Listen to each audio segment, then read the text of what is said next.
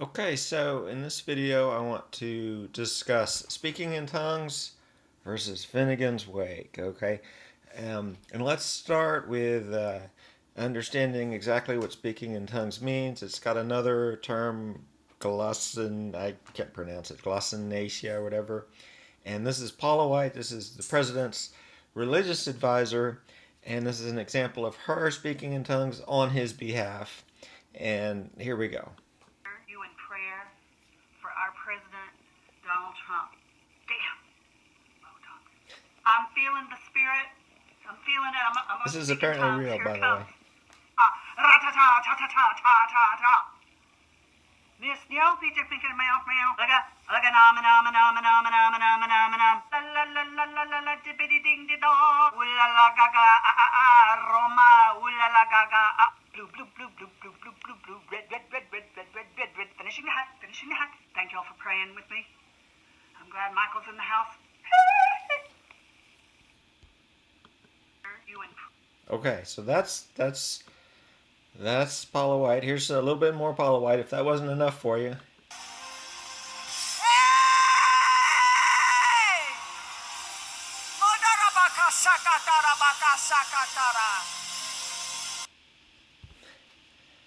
So there we go. There we have it. Now, okay, so I think that is something interesting that people do. I don't think that I'm an atheist, so I don't believe that God is talking through you, or you're talking to God, or you're interpreting some other language. I think it's something fun that people do in church, similar to singing a song. In fact, there's you can get hours of speaking in tongues with music put behind it. To me, it seems similar to scat, right? It's just this. It's like riding a bicycle or watching football or something. People do it together.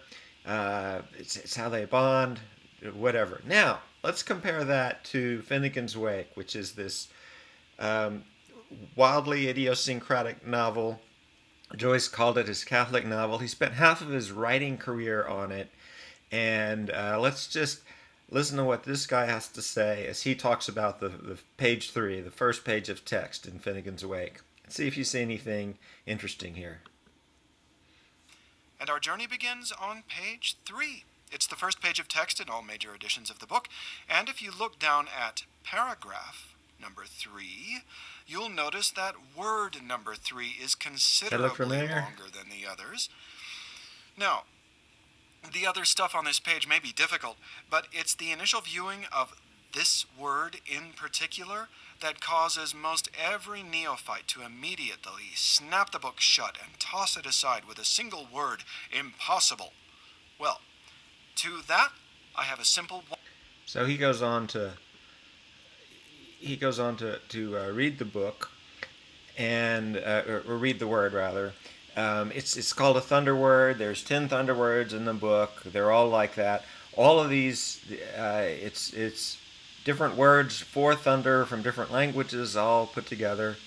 And it's baba ba da gal ragata minarun kun brun tun thor stur nor hur thor nook, something like that, right?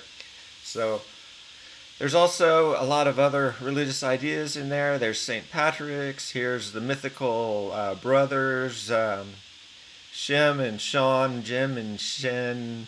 They have different names throughout the book. It's this, like I say, it's this wildly idiosyncratic dream book. It's in stream of consciousness. And if you look at this sentence here, without that word, the fall of a once Wall Street old par is retailed early in bed and later on life down through all Christian minstrelsy.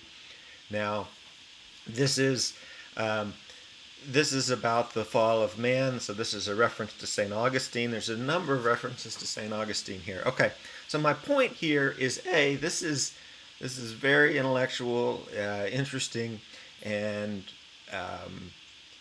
largely, almost completely ignored and forgotten, while at the same time we are having discussions about Paula White, right? So how can we live in a world where this is what we're going to spend our time agreeing to disagree about, and we have completely ignored and forgotten about this. And this is um, you know, very much rejected, strongly rejected, with anger, great anger, uh, anger that I've never seen directed really at any other book except perhaps Infinite Jest, and and yet uh, there's a beauty to this. There's a logic to this, and to me it seems very similar. So that's my question. Um, that that it seems sad to me. It seems sad to me that that's sort of the world we live in, where if you want if maybe in your life you connect with this stuff. She says red and green, red and blue at some point. I mean, maybe that works for you. If that works for you, that's great.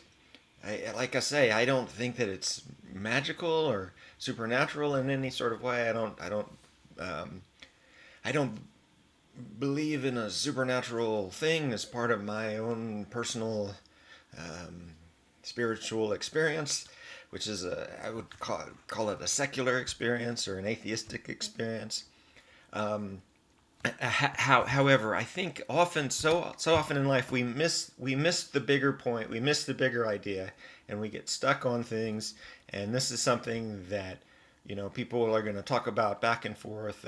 The outrageousness of Paula White is something we get stuck on, and yet this completely forgotten. So thanks.